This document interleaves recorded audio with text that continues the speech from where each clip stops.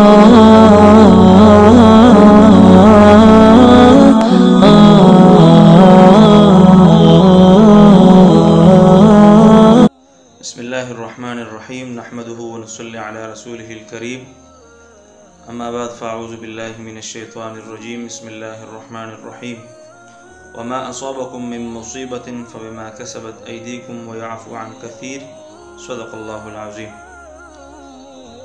मेरे भाइयों, आजकल जो हमारे खित्ते में जो हालात आ रहे हैं सैलाब की सूरत में और इसी तरह जानवरों पर जो वबा आई हुई है, तो ये मुख्तलिफ़ हालात आजकल पाकिस्तान में हमारे मुसलमान भाइयों पर आ रहे हैं। तो ये से जो सैलाब आते हैं, ये जो हालात आते हैं, ये क्यों आते हैं, इसकी वजूहात क्या है और इसके ख़ात्मे के लिए ये वजूहात, मतलब ये जो हालात है ये ख़त्म हो जाए, इसके लिए कौन से आमाल है कि ये अल्लाह पाक इस हालात को ठीक कर ले। तो आज इंशाल्लाह इस वीडियो में हम इसके वजूहात बयान करेंगे कि क्यों आते हैं और इसके अलावा इसके जो ठीक होने के और हालात मुतदिल होने के लिए जो वज़ाइफ है, जो तरीक़ा है, वो भी इंशाल्लाह हम बयान करेंगे। सबसे पहले बात यह है कि जब भी कोई मुआशरे में गुनाह और लग़्ज़िश, फ़हाशी, उरियानी और इसी तरह गुनाह मुआशरे में बढ़ जाए, ज़्यादा हो जाए, तो इसकी बिना पर अल्लाह जल्ल जलालहू नाराज़ होते हैं।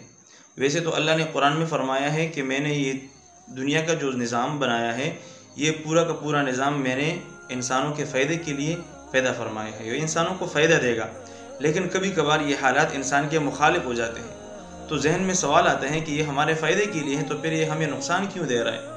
तो इसका मतलब ये है कि जब ये इंसान अल्लाह के अहकामात और पैगम्बर के तरीके पे चलेगा तो हालात साजगार होंगे, इसके फ़ायदे के लिए होंगे।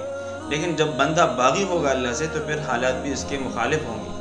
तो यकीनन हम गुनाहों में बिल्कुल डूबे हुए हैं और अल्लाह की तरफ इनाबत कम है, इनाबत बिल्कुल है ही नहीं, अल्लाह की तरफ रुजू नहीं है। लोग अपनी मस्तियों में और अपने फहाशी और यानी में लोग मसरूफ़ है, अल्लाह की तरफ तवज्जो नहीं है। तो इसी बिना पर हमारे मुआशरे में ये जो हालात आ रहे हैं ये इसी वजह से है। और इसके ख़ात्मे के लिए उलमाए किराम ने और बुज़ुर्गान दीन ने एक तरीक़ा बताया, वज़ाइफ दिए कि आप लोग इस वज़ाइफ को एहतमाम से कर लें और अपने इलाक़ों में, मसाजिद में, मदारिस में और अवामों में ये दुआएं फैलाएँ ताकि लोग इस पर अमल शुरू कर लें और अल्लाह जल्ल जलालहू ये हालात दोबारा दुरुस्त फरमा ले। तो इसका जो वजीफ़ा है वो आप सुन लें आराम से। सबसे पहले रोज़ाना आप 11 मरतबा दुरूद शरीफ पढ़ना है, जो भी दुरूद शरीफ हो। इसके साथ 313 मरतबा ये दुआ पढ़ना है, ला इलाहा इल्ला अंत सुब्हानका इन्नी कुन्तु मिनज़ ज़ालिमीन।